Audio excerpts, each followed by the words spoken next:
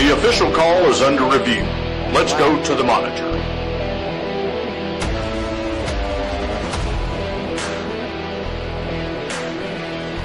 SEC football.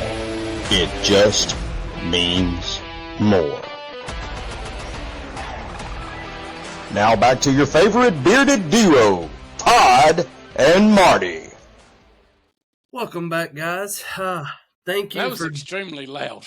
Well, we'll see how it works out. I might have to adjust a little bit, but thank you, Jud, for our new intro. I wanted to spice things up a little bit, trying to go with some different. I know the other one. I like the other one, but this one I think just fits more, and it's just gets you going. Right. My computer's already doing silly stuff this morning, but yeah, it's a new flavor in a same bowl of cereal, right? Sure. I had a bowl of cereal this morning. Had some Square Checks. Ooh, I always like the corn chicks. I'm a rice fan. Anywho. Week 8 has some college football playoff and SEC impact going on this week. We're also going to run down some group of 5 automatic playoff bids. As we sit now, it is the midway through the college football season. We've had some great games. We still have some great games yet to come this season. But as we look at it at week 8, we're at the dead spot. So we're going to go over who we think has a chance to get that number 12 seed, the highest rated G5 school in the college football, the first year of the 12-team college football playoff. But before we get into all that, let's take a quick moment and let's hear about our sponsor. This episode of the Under Review podcast is brought to you by Chuck's Heating and Air. Chuck has over 40 years of service and experience with residential services. He services most makes and models. He is Alabama licensed, bonded, and insured, and locally owned and operated. Are you hot and you're supposed to be cool? Are you cool and you're supposed to be hot? Then you've got a problem. Call Chuck. Area code 256-892-2757. Again, 256-892-2757. Chuck's Heating and Air. Thank you once again for Jud, and thank you, Chuck's Heating and Air, for, like I said, it is getting cold, guys. Please get your heat fixed. I know for something, my heat is not fixed, but I don't ever use my heat, so we're good. But, y'all, you need it. You need to stay hot. Grab your little cup of cocoa and get you by the fire. Turn on some Under Review podcast and sip away as we just entertain you for the next 45 or so minutes. Can you still hear me? Because it's... Yeah, I can hear you. Okay, it said it quit recording for some reason. Just want to check on your end before we get into it. It shouldn't have stopped. Then it... Yeah, I got recording on your side, so we're good. Okay, well, let's stop for a minute. So if there's a dead spot, like I said, Brittany's iPad is doing silly mess. We'll fill it. Yeah. We'll fill it. But like we said, the group of 5 automatic playoff bid gets that last playoff spot inside the college football 12-team playoff this year. As we sit right now, as we said, there's five conferences. There's the AAC, the American Athletic Conference, the Conference USA, MAC Nation, which is just the MAC. MAC Nation's just because they play on Tuesday and nothing else is on. The Mountain West and the Sun Belt. So out of those 5 conferences, as we're sitting right now, the championship games will be as followed. For the ACC, as of right now, like I said, this is just mid-spot what we're looking at right now. ACC has the 23-ranked Army Black Knights versus the 25th ranked Navy Midshipmen. Conference USA has Liberty versus Sam Houston State. MAC has the Buffalo versus Ohio. Mountain West has UNLV versus 15 of Boise State. And then the Sun Belt has Georgia Southern versus Louisiana Monroe. All right, Marty. So with that being said, there's 3 ranked teams in here. A lot of football left to play. So who do you think can win their division and get inside the 12-team playoff this year? I really like Boise State with Gentry at the running back. Boise State, they played really good ball, but he's definitely picked up his Heisman spot. I really think that Boise State's a good ball team. I like the way they hang in there. Army and both Navy, really good ball team. Both still undefeated in the fight for the Commander-in-Chief's trophy. Yeah, so, and as crazy as it can sound, Army and Navy can play twice this year. We've noted it before. But like I said, as of right now, I don't see anybody stopping Alshon Jeanty.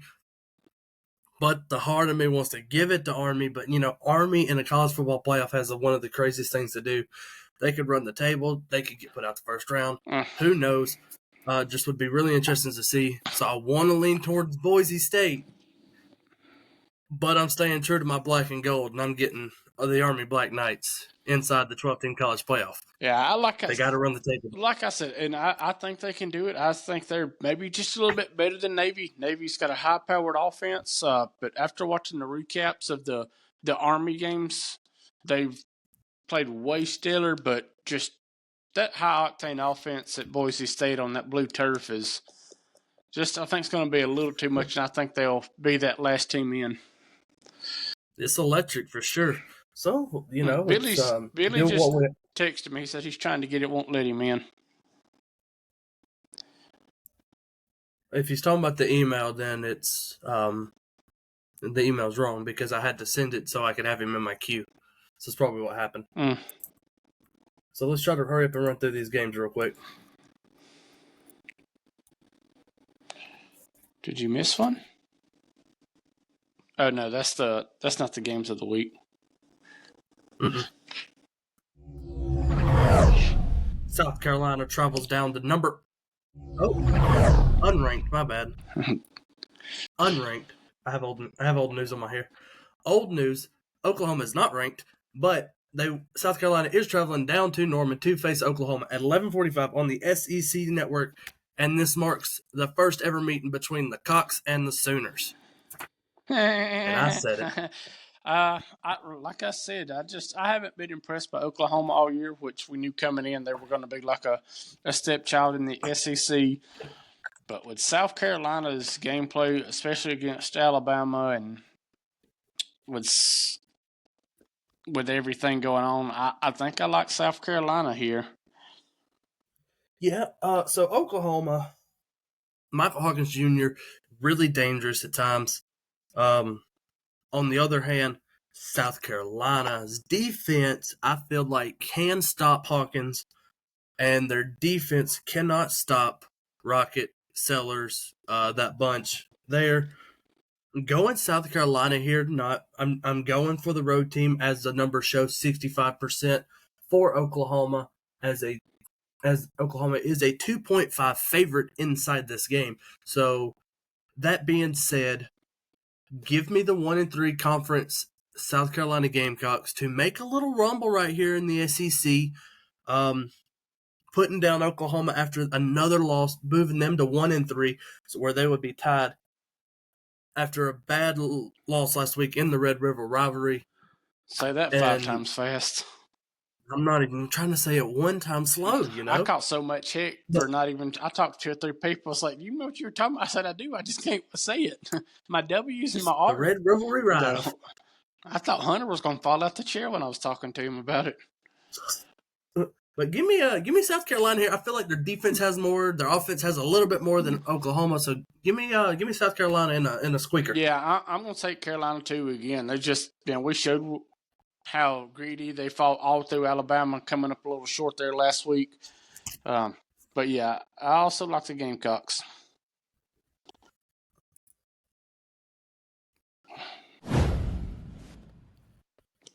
The next matchup has us the number 14 Texas A&M Aggies traveling down to start Vegas and facing on the Mississippi State Bulldogs.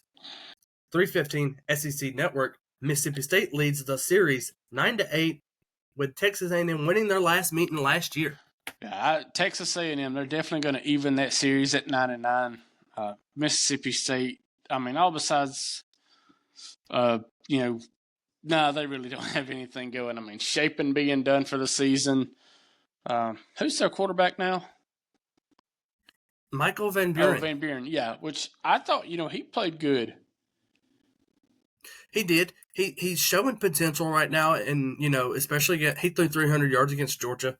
I was talking about this last night. For a true freshman to come in and do that against a high-powered Georgia team, it is very impressive. Also threw 3 touchdowns. Didn't have a lot of help on his defensive side. That will come with time or whatever. Probably not this year. But Michael Van Buren is a really good quarterback. But Marcel Reed or Connor Weigman, Le'Veon Moss, and that group of Aggies, I feel, would be once again way too much for this Mississippi State Bulldogs team. Yeah, so I'm taking the Aggies. Yeah, I'm definitely Aggies here. Little lassie dog, whatever they're going to be called. I knew what it was before you said something. It's a lassie dog. I just don't know what type of dog that is. I could ask the original pet expert in Brittany, but she's watching her. I forgot what they called her though. It's a beautiful dog. Love it. Anywho, side note. Yeah, again, Aggies. I just don't see Mississippi State putting too much of a fight unless Van Buren goes in there and just has a day. But I'm not holding my breath on it. And I wouldn't. I mean, Mississippi State has shown a little bit of spark here and there, but Texas A&M at being 5-1, 3-0 in the conference and top of the SEC, I will say that again, has more to lose. Could be a higher team, coming in. SEC's wild this year. It could happen. But numbers, hold on before I exit off this screen. Numbers are 80% in favor of Texas A&M and a 15-point favorite. But still, give me the Aggies, just a little numbers to give you a side note.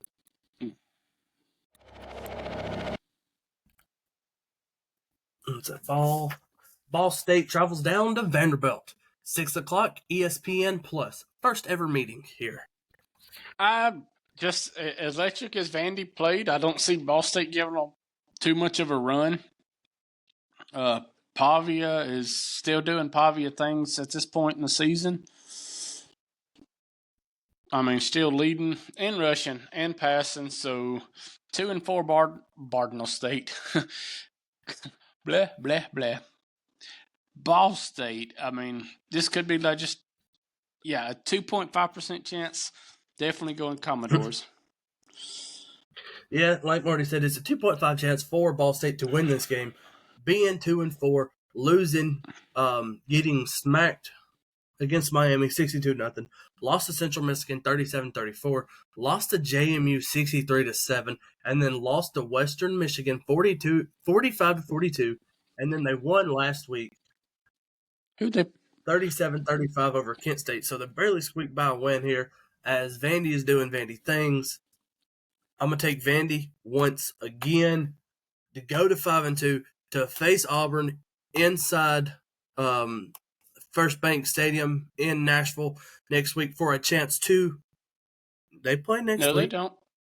No, they don't. They play Kentucky. Vanderbilt's off. Because we're going to the Vandy Auburn game, and it's in Auburn. Yeah, it's at Auburn. Okay, there we go. Excuse me, sorry. Go Vandy. I was about to say, that don't sound right, because I know we're not going. Well, we could go to Nashville for the game. I knew I should have looked down, because I knew your face would tell me if I was right or not, but I was trying to go off script here. Did that play? It said. Okay, cool.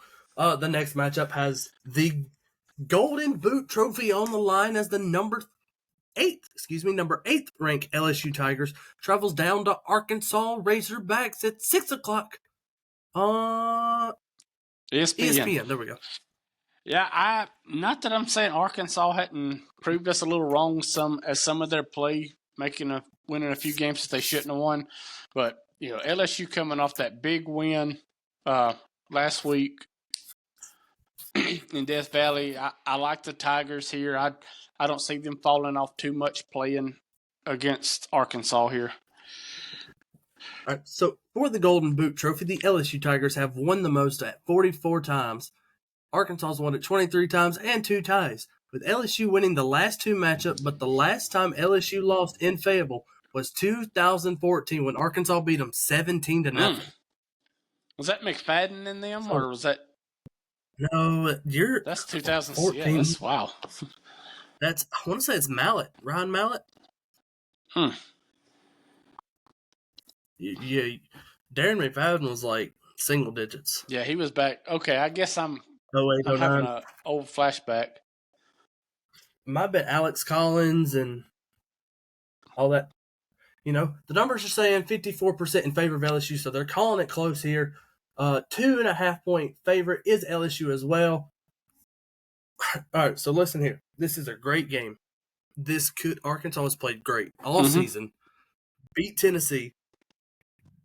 Do they knock off another top 10 team here in LSU? I want to say yes, I really do. Because Taylor Green, Andrew Armstrong, Jaquindon Jackson, really great group of guys. They have all three phases of the offense working for them. Garrett Nussmeier to Kyron Lacey is one of the favorite combos for LSU. But give me the Road Dogs and the LSU Tigers here. I have to. Yeah. I have to. Yeah, I just don't think there's now if they go in and upset them, like I said, just because with Jackson and the players that they have them, say it's not going to surprise me, but I'm not putting it on the alert. I just think LSU just still got the more momentum going into this game. Yeah, like I said, it's going to be very interesting. But give me the LSU Tigers, and maybe we'll talk more about it, for Monday's episode. But as we're going to bring in our special guest now, and so let's bring him in. What's up? What's up, buddy? How y'all doing? There he is, our special guest picker for this week. Roll Tide Billy, the third brother, the middle brother. A mom would only be so happy. Three Stooges. Now all three beards are going. Right. So I don't know if Marty sent you the games of the week that we will be going over. Yeah, I looked over them. Okay. Checked them All right, out. cool. So we're going to start first with our first matchup, which is inside the SEC as always. As it brings us Auburn going to 21 Missouri, 11 o'clock on ESPN. But Auburn leads 3-1, winning the last three matchups. Missouri's only win coming in the 1973 Sun Bowl. Go ahead, Auburn. Oh, that's a fun fact. That's your middle name, ain't it? Yeah, I guess. I looked over Auburn. They're struggling. Missouri, they're not as good as their record is. I don't. Give me the Tigers, the Auburn Tigers, in this one. Not to say that I'm super shocked, but that's kind of what I was trying to think of yesterday when I was going through the ball game. Auburn. I think things are starting to heaten up a little bit. I don't think there's nowhere near getting rid of Freeze yet, but they are heating up. But I think this is Auburn's had an off week. They've had the team. Yeah, I think most definitely. I think they've had it where the Oklahoma game. They showed the bright spots where we can have a 300 and 400 yard game. Masu's on the struggle bus. I really hadn't done my pick 'em yet for this game. I guess my heart's going to get me. I'm going to take Auburn. You said that wasn't going to happen anymore. Yeah. 67% favorites are Missouri. Only a 4.5 point spread for the Black and Gold Tigers of Missouri. They are 5-1 and 1-1 in the conference, as Auburn is 2-4 and 0-3 in the conference. Right. But looking at the conference games both teams have played, Auburn has played Arkansas, Oklahoma, Georgia. Turning over Missouri's two games, they have played Vanderbilt, which they barely won. They should have lost, and they lost to Texas A&M.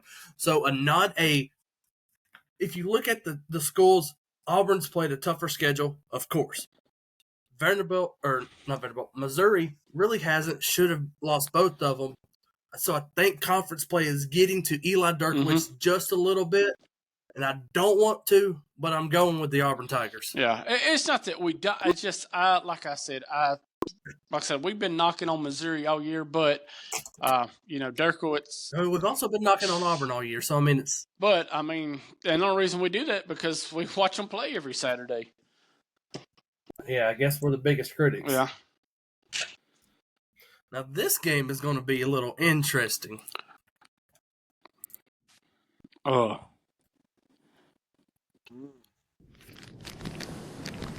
As Kentucky travels down to Florida at 6:45 on the SEC Network, Florida leads all-time 53-21. but Kentucky has the last 3 wins dating back to 2021. Go ahead, Billy.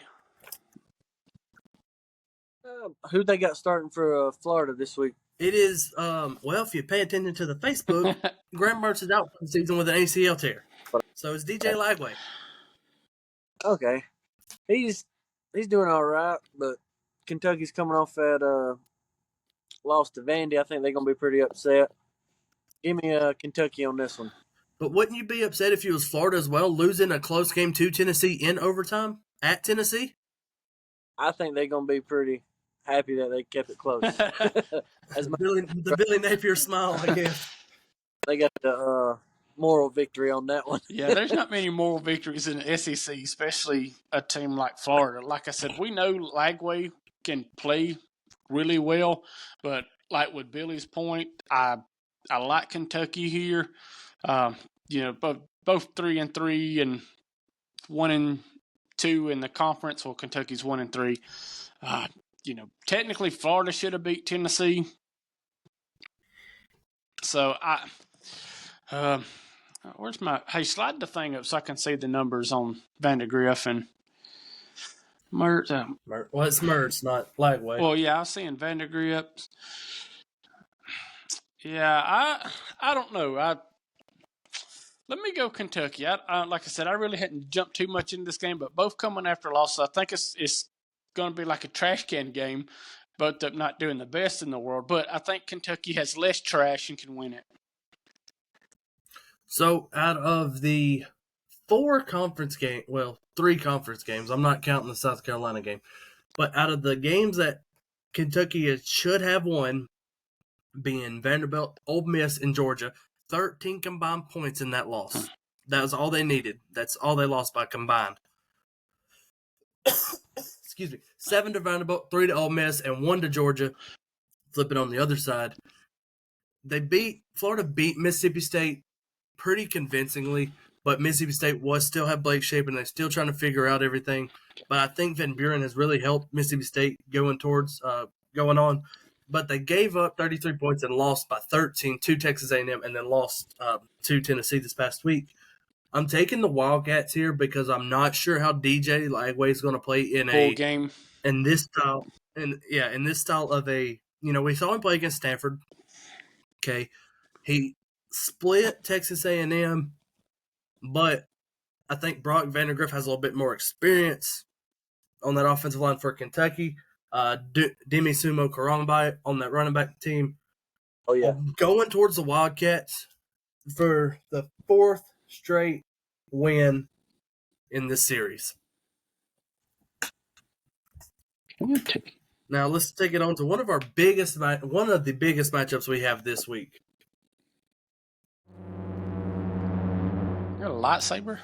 And that is, that is the number 5 Georgia Bulldogs traveling down to Texas Memorial Stadium as they face number 1 Longhorns. 6:30 on ABC. Billy, what do you have in this matchup? I looked at this one real close. I looked at some numbers. I think Texas has the number 1 scoring defense. They've got the number 1 defense or something like that. It's crazy. But Georgia, I think they're going to come play too. I think being upset by Alabama, I don't think they're going to have a close start to this one. But with that being said, give me the dogs on it, baby. Give me the dogs. Marty, before you get started right here on yours, I want if you watch YouTube, you can see the numbers are 76.3 in favor of the Texas Longhorns, 23 favorite to Georgia, but only a 3.5 point spread in favor of Texas.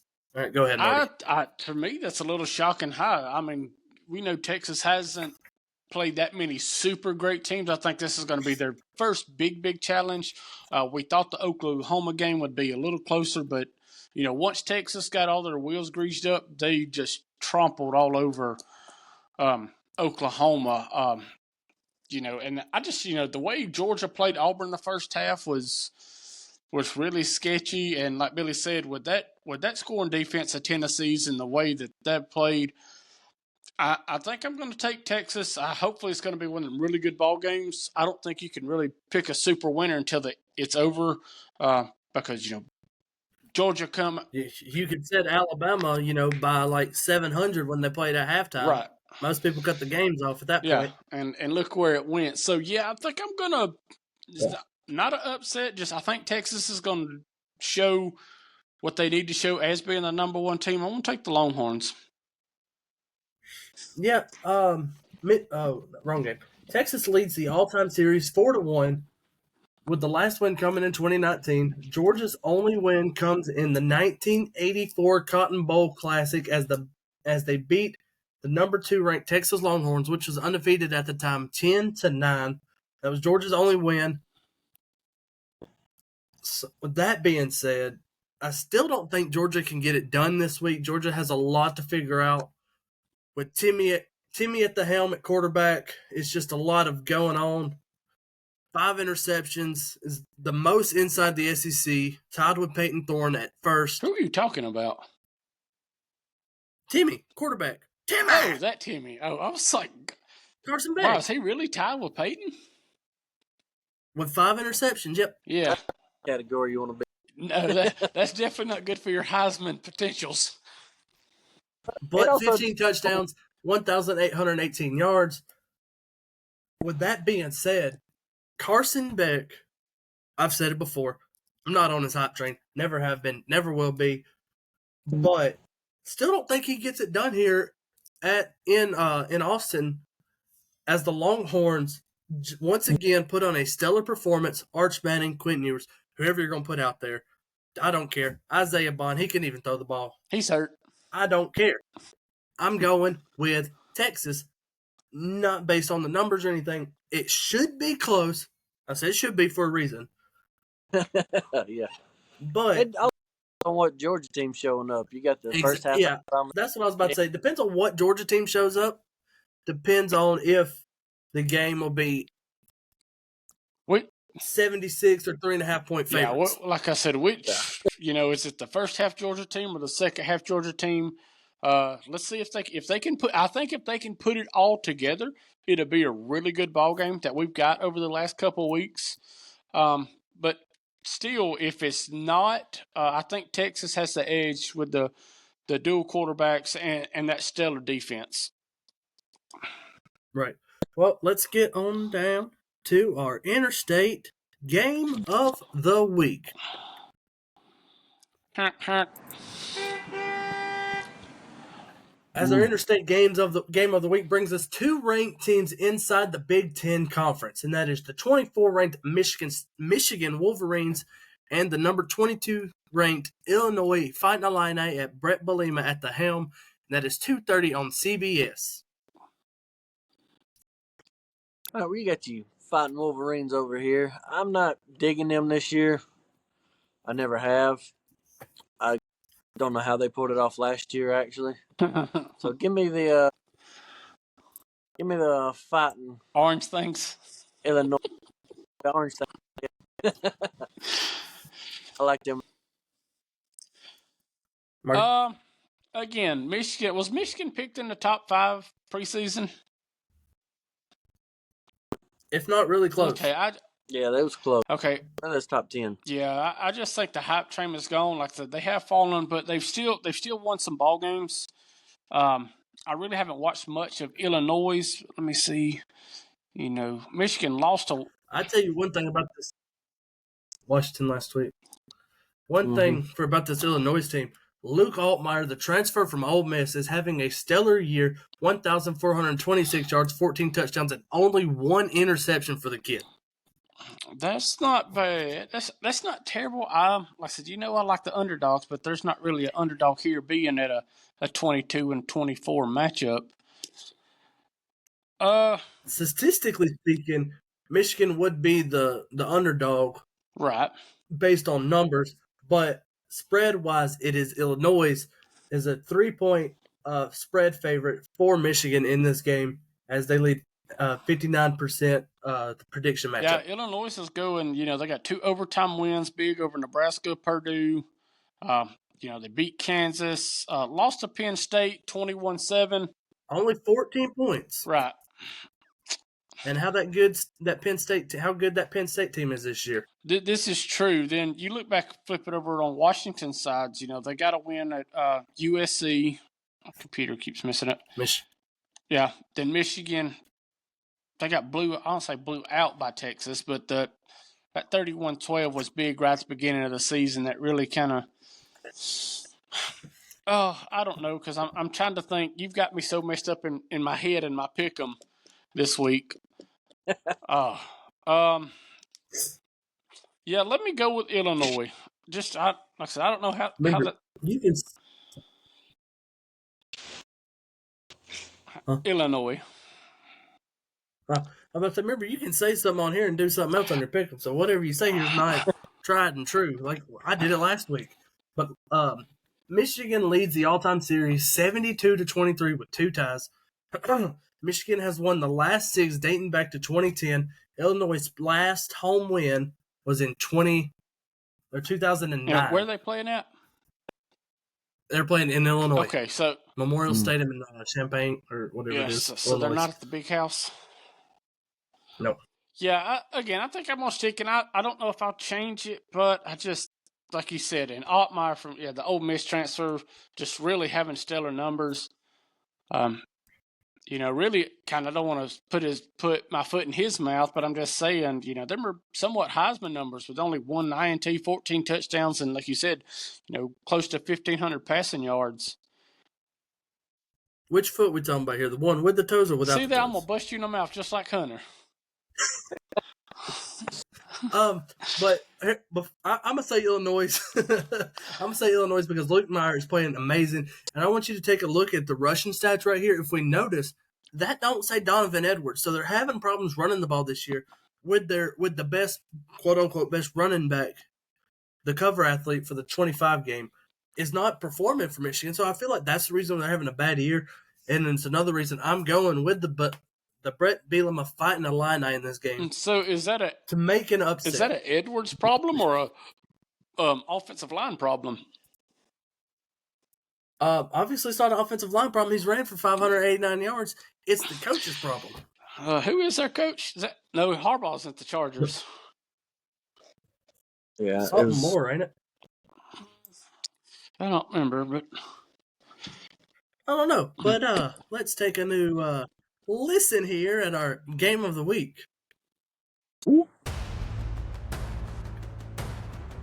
This week's Under Review podcast game of the week brings us number 7 Alabama Crimson Tide traveling down to number 11 Tennessee Volunteers at Neyland Stadium at 2:30 on the ABC Network. Alabama leads all-time 59-39 in 7 ties. Alabama does have the last win, but the last time this game was in Knoxville, Tennessee threw the goalpost in the Tennessee River. So, Billy Auburn, what you got? Yeah. Well, the last 2 weeks, both of these teams have literally played like garbage. Yes, sir. Know what Sergio's problems been lately. Alabama can't seem to run the ball except for Milroe. I don't know if that's the line or what, but Jam or Justice touch, they fall down. It's like if they don't get touched 2 yards, but if they get touched, they go down for some reason. It's like automatically going down. It's gonna be a close one, but you already know who I got. Give me that Tide. Yeah, that's Marty? Like I said. That's these teams. The last couple of games have not really just super impressed me. The caliber of what they're being. I think the difference in the ball game is going to be quarterback play. Yes, Miro has struggled with his interceptions here lately, and Nico's decision making has not been on point. But again, I think Alabama's got a few more weapons. I'm not saying that Tennessee don't, but being in Neyland. Hey, don't forget about that. What's that? We said we got that 17-year-old. Oh yeah, God knows. But like I said, and they're going to Neyland Stadium, which is a hostile environment, especially for Alabama, because this is just a hated rivalry. not against my better judgment. Like I said, I think Alabama's got a few more weapons. I think the quarterback play is going to be what separates this game. I'm going to take the Tide. There's Well, like definitely going to up for sure for Alabama. Yes, if it gets in a rhythm, it's going to be a bad day. So, quarterback play will bring a lot in this game. 1,400 yards for Jalen Milroe on this passing yards on the season for Jalen Milroe. 12 touchdowns, 4 interceptions. 1,200 yards, 7 touchdowns, and 3 interceptions for Sir Nico Iamaleava. And then my biggest thing and how I figure this game is going to go, a pretty good defensive line from Tennessee. Not tested pretty much besides Pavia. Defensive line for Alabama, and Dylan Sampson is the big statement here. I'm going to Knoxville for this game because I'm picking Tennessee. The reason I say that is Dylan Sampson is an absolute unit. If Alabama can stop him, they'll win by 30, I feel like. But with Dylan Sampson, 15 rushing touchdowns on the season, almost 700 yards. Yep. It's Nobody's a been good running back to have. Orders all season. Yeah, this is like I said, with Sampson being there, if Alabama has struggled on both sides of the ball in the trenches, offensively and defensively, because Pavia ran right through them. Look, South Carolina bucked them up pretty much the whole game. But like you said, Todd, if Sampson, if he gets loose, Alabama's in trouble. But if Alabama can put a hat on him, it's gonna be Tide ball. I'm gonna stick with the Tide as much as that Auburn fan in me not want to, but hopefully this is the best game. And what time is this? The late game? No, this is 2:30 game. 2:30 game. So it's right after Auburn. Auburn probably gonna run over into him for a little bit, so you might miss the first 3 minutes or so. Well, Billy won't, but we might. Yeah. The whole game. Grayson's kickoff is at 2:30 at Glen. So I know you might have it in your pocket. The whole game. But, right. So I know we talked, Billy, you and I talked the other day. So Grayson and them, they did get the number 1 seed. They got to pretty much wrap up Glencoe this week, but that shouldn't be a problem. Yeah, and the Coosa team that y'all played was the number 1, and y'all beat them 15-0. 15-0. Yep. Yeah, I know. I seen. So y'all turned the whole season around. Hey, we got some pretty good little backs. Grayson, he's hard to tackle. He's very hard to stop. I think there's Broom and Corbin. Emmett's a bulldozer, man. You give him the ball, he's getting 3 to 4 yards a carry. Yeah, well, that's just. Hey, Todd, turn your hat around. Hey, we got 3. No mind if I do. 3 for 3, Beard. Yeah. Dad, hey, beard, face, and hats. Hey, so Dad had class this morning. I talked to him after I dropped Sissy off, and he had his hat on too. So, but no. So I want to. Billy, take a quick second and give us your pick so we have them one more time. So we know you got a lot on your shoulders this week. Hayden had a great week last week. Can you do the same? I hope so. He went, man. He backed for 1,000. Yeah, he knocked it out of the park. Yeah, week. He made him. He was. Yeah. Hope I can strive to be. Right, that's his goal. Man, I'm excited for this Tennessee game now. I done got pumped up. I know. I'm going to be playing our game and taking this one at the same time. So, ooh, I like to. So give us, Billy. Like I said, out of the 5 games, run down real quick who you had. I got the. Let me see. First game I had Auburn versus Missouri. Yep. Take Auburn in. Who was the second one? Kentucky, Florida. Kentucky, Florida. Give me Kentucky in that one. Yeah, Texas. Then we got in Texas. Give me the Dogs on that one. Dogs. Yeah, I'm going Dogs. And then Michigan, Illinois. Give me the Fighting Alum. What are they called? Illini. Illini. Yeah, the Fighting Aluminums. Illini. And then of course No, I'm just kidding. Just give me the Tide on that one. It's going to be a close one. Yeah. If the defense shows up. I said, especially on that ball game, I think there's so many different things you can look at that ball game. The line play, the running back play with Sampson, and like you said, how Alabama struggled. Cam and Justice has just, I don't know what it is. They, I think under 200 or 300 yards in the last ball game, which is very shocking coming from Alabama team that's usually got guys back there that can run 200 and 300 yards one game, not for the last couple games. I swore we got rid of Pete Golden, but I swear he looked like our defense still trained. Had that Scooby-Doo. Whoopsie. The last two games, it felt like Pete Golden done struck again. I know he's not there, but just like it. Yeah. Where's he at now? The what? Where's he at now? I heard. Not at Alabama. No. He's in the NFL, ain't he? That sounds familiar because I think he was mentioned somewhere and we talked about it. I don't know if I was watching some NFL or.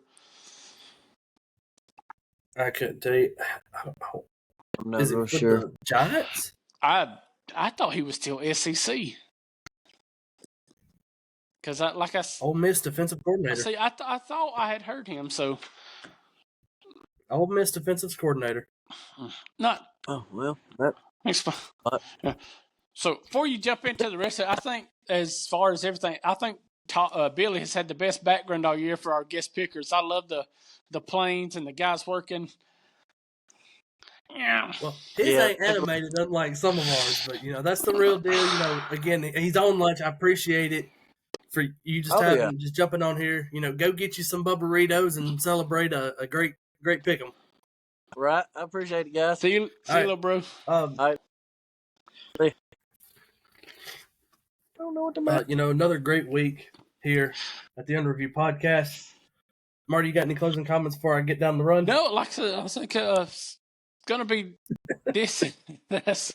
I don't put this the way I say it, but this is an average week in the SEC. It's gonna be really good ball games. I'm nervous about some of the ball games as far as pick 'em wise, but the Auburn game, I think there's gonna be a lot of answers there.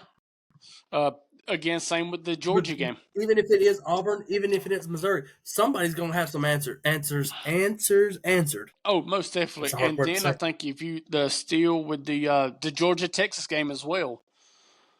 Yeah, and then the Alabama-Tennessee game. Right. So like we said, there's a lot riding on this week. And then, some games we didn't go over outside of the conference football playoffs, but, because time constraints, so we really don't really care about all that right now. We did give you the Under Review Interstate Game of the Week, which has some college implications inside the Big Ten. Michigan still has a chance somewhat. Illinois is looking at, I think that was third, I want to say. So looking for a chance for them to get into the Big Ten championship game. Going to be interesting, but big step here for Illinois is to defeat Michigan on your home turf this week. Yeah, and like I said, we talked real quick about the Big Ten, but I think there's a lot brewing in the ACC. I think there's a whole lot of questions that need to be answered. Louisville, SMU, Clemson. There's a Miami. Yeah, Miami, which I think Cam Ward has bumped up his Heisman stats since I think a couple guys have struggled. And the crazy part is that's Pops. Callie. Oh, sweet baby. But and some of the early stuff I seen as some of these other guys, Pavia has now got some recognition for some of the Heisman things. I mean, I wouldn't go that far. They're not even going to consider him because, Vanderbilt. But, for SEC honors, it's great to have, I'll throw him in there on some offensive player of the year, maybe. Yeah, like I said. Maybe. Yeah.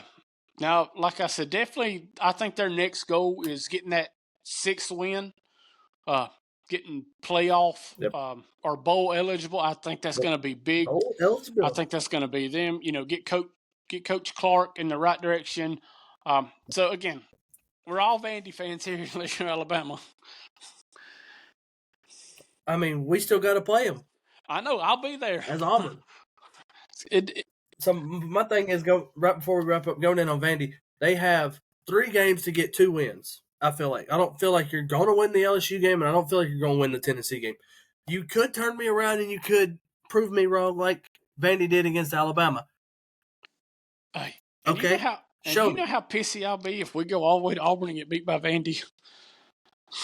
Who do you think I was? We got beat by Arkansas. We're supposed to win. Oh, yeah. We played like hot dog water. Or corn dog water if you're LSU. Not even boiling, just sitting there on the stove. After you cooked them, and a couple hours later, you go by and got the...